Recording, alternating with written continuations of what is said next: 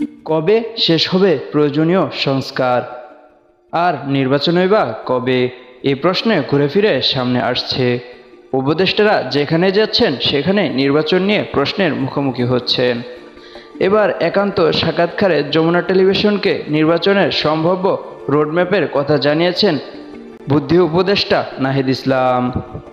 তিনি বলেন, একই ব্যবস্থাপনার কাঠামো রেখে যদি আগের মতোই একটা সরকার আসে তাহলে এত মানুষের জীবন দেওয়ার কোনো অর্থ হয় না। পরিবর্তন আনতে কিছু রূপরেখা তৈরি করা হয়েছে। উদ্যোগ নেওয়া হয়েছে যেন পরবর্তীতে যারা ক্ষমতায় আসবে তারাও যেন এই ধারাবাহিকতা ধরে রাখে। কবে নাগাদ নির্বাচন হতে পারে এমন প্রশ্নের জবাবে তথ্যবুদ্ধি উপদেষ্টা বলেন, বাংলাদেশের মানুষ নির্বাচন প্রত্যাশা করছে।